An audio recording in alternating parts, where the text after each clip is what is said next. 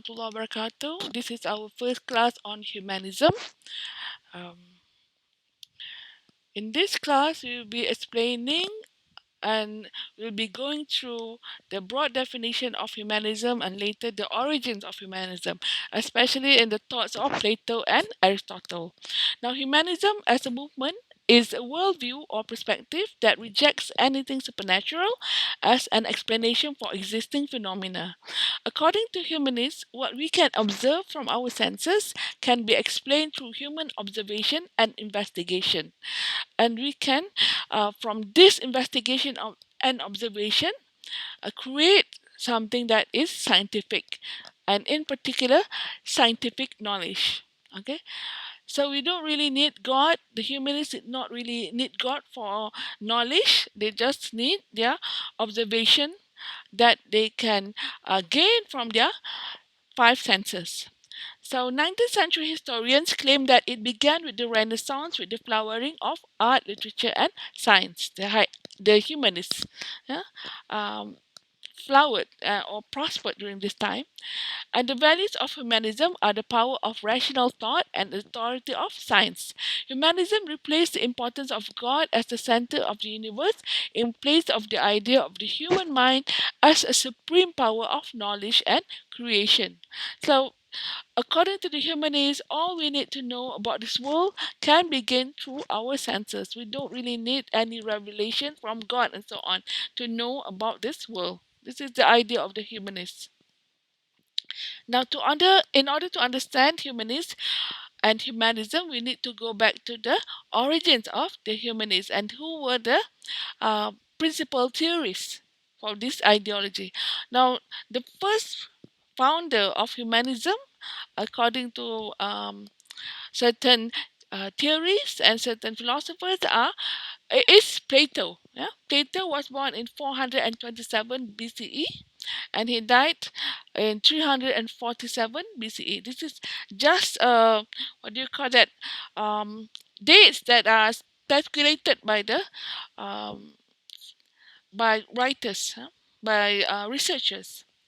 Now, the ancient Greek had literature, not literary, until Plato emerged. In ancient Greece, there were epics, comedies, and tragedies. These were performed through storytelling, which is orally, and actors acting out specific scenes.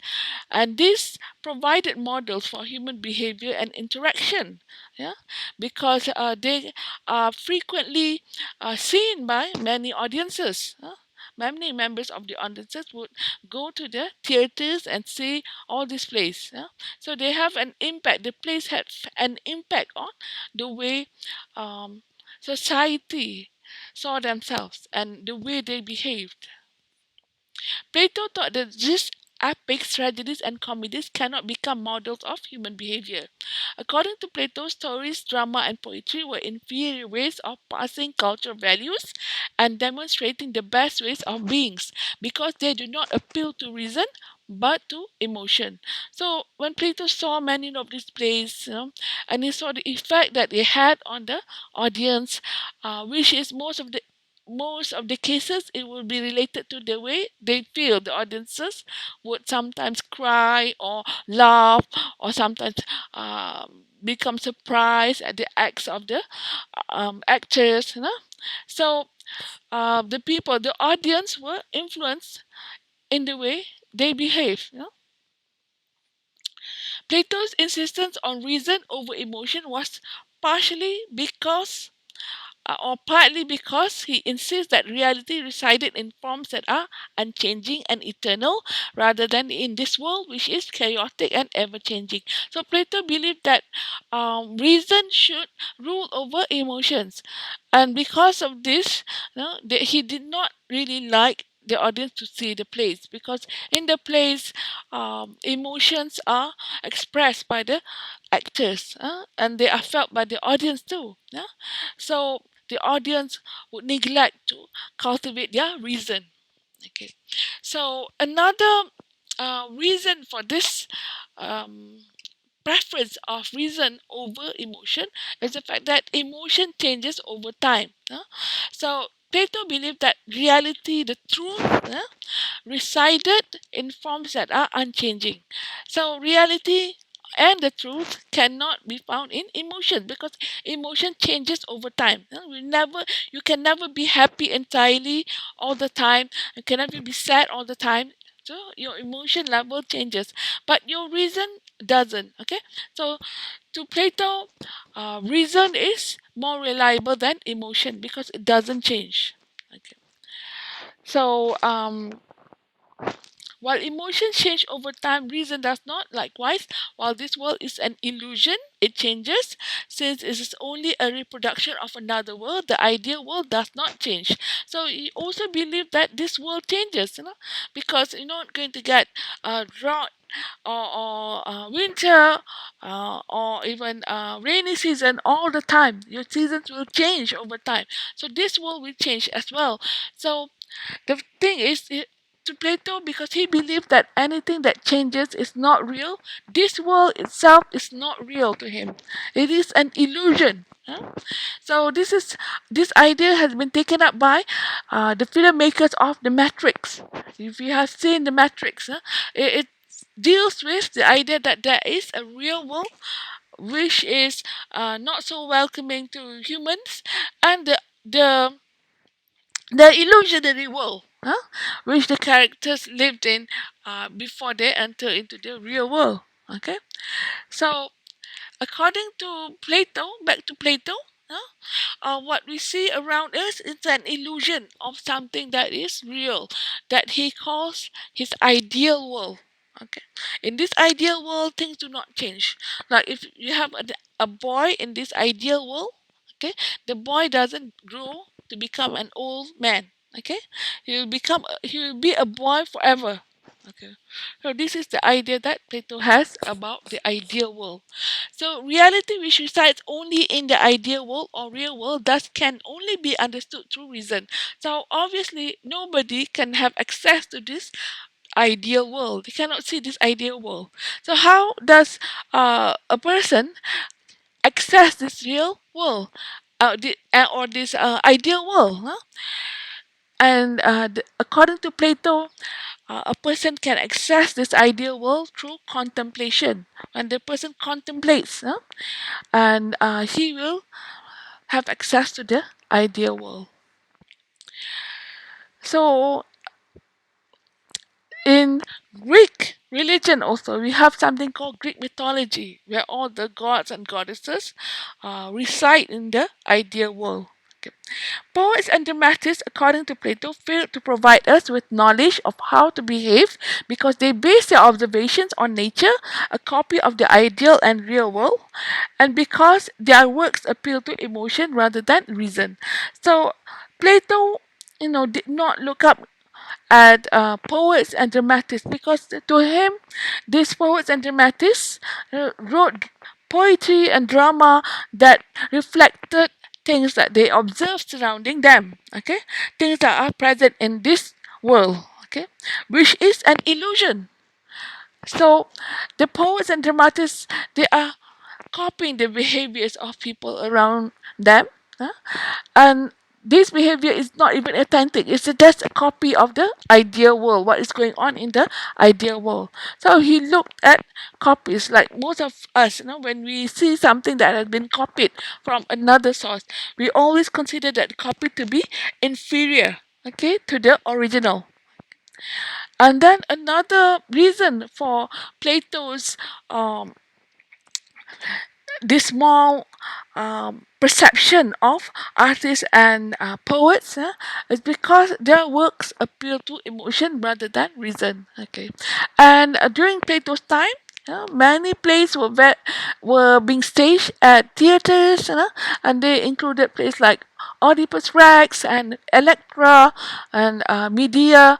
Oh no, sorry, Oedipus Rex, Electra. Okay, those plays have very negative behaviors depicted in them. Oedipus Rex, for example, marries his own mother. So this is not a behavior that is socially approved by society, but um, the viewers and the audience of the theater can see them. So Plato did not consider this work to be very good models of behavior, as providing good models of behavior. The objects of this world are merely copies of forms that exist in the ideal realm, hence because they are only copies that are less perfect than the original forms. For Plato, all forms of art only created pictures of the material, perceivable world, nature. Okay, so Plato said that art can only recreate nature. Art can never be better than nature because it's a copy of nature. So this act of copying nature is called mimesis. The act of the artist whose writings copy the behavior of humans in nature, a copy of itself, of the ideal world, is called, according to Plato, mimesis. Mimesis comes from the word mimic or copy. For Plato, because artists work to stimulate emotions through copying nature, artists were associated with the irrational, madness, and with forces that are potentially disruptive and dangerous to rationality and logic. Okay, so artists, since they work to stimulate emotions, they work to make the audience, their audience, feel emotions. Yeah? They were associated with being irrational and mad. Yeah? So they were dangerous. They were perceived as being dangerous to society. And to this day, we still have the same conception of artists, because works of art are being banned, because they are supposed to have an influence on their audience or their readers. Because of this, Plato worried that artists and art might threaten social order because they might distract citizens from the pursuit of eternal truth, a source of goodness.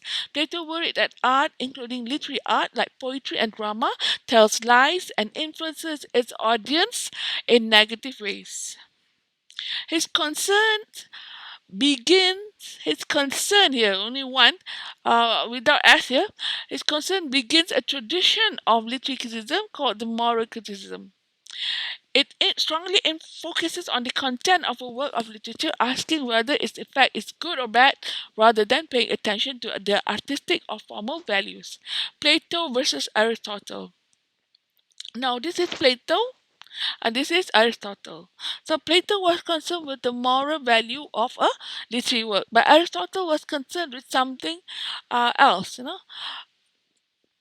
Now Aristotle was born in 384 BCE and then died in 322 BCE. So Aristotle is Plato's most famous student. Aristotle, on the other hand, because he is different from Plato, is less interested in the content of literature rather than in its form. So his most important work is poetics. Art, according to him, is not just a copy of nature. It is not inferior to nature. Rather, art is a process of putting the events of nature into a medium that improves on it. Okay, this is not covered by this slide. Okay, because I think the slide is slightly bigger than what you can see here. But this is covered in your copy of slides. Okay, in Italy. So art does not lie; it does reveal truth in a different way. Art is not a binary opposite of reason. Reality is an ever-changing world of appearances and perceptions. Form of reality only appears in concrete forms. So Aristotle does not believe in the existence of the ideal world of Greek mythology. Okay, so to him, to Aristotle, reality is what we can see in this world. Okay, because you can actually see it, and it's an ever-changing reality. There is nothing that stays the same according to Aristotle. Okay. Now, in man's world, things exist according to ordered principles which we can discover. The truth resides in discovering the rules and principles that govern how things work. Aristotle is interested in observing specific phenomena and then deducing from those observations the rules that govern a specific phenomenon. Okay. So Aristotelian thought is the foundation for science in Western tradition. Aristotle desires to catalog and classify things of the material world, to discover the similarities and differences, and then deduce general principles from these observations. Aristotle treats poetry in the same way. He tries to identify characteristics of various poems and develop specific categories such as what could be considered as an elegy, or what can be considered as an ode, and so on. So he discovers all these different genres that is related to poems. Hence, according to Aristotle, comedy must deal with base people. This is the way he divides plays into comedies, tragedies, and so on. So, comedy must deal with base people, according to Aristotle, tragedy with the nobility. So art is not inferior to nature because art imposes order on what might otherwise be disordered and chaotic natural world. Scientific observations and formulations for general rules create order, rationality, and sense. So art makes order of the various emotions and sensory experiences that we have every day. So Aristotle did not believe that art is inferior to nature. In fact, he says that it improves on it. Yeah?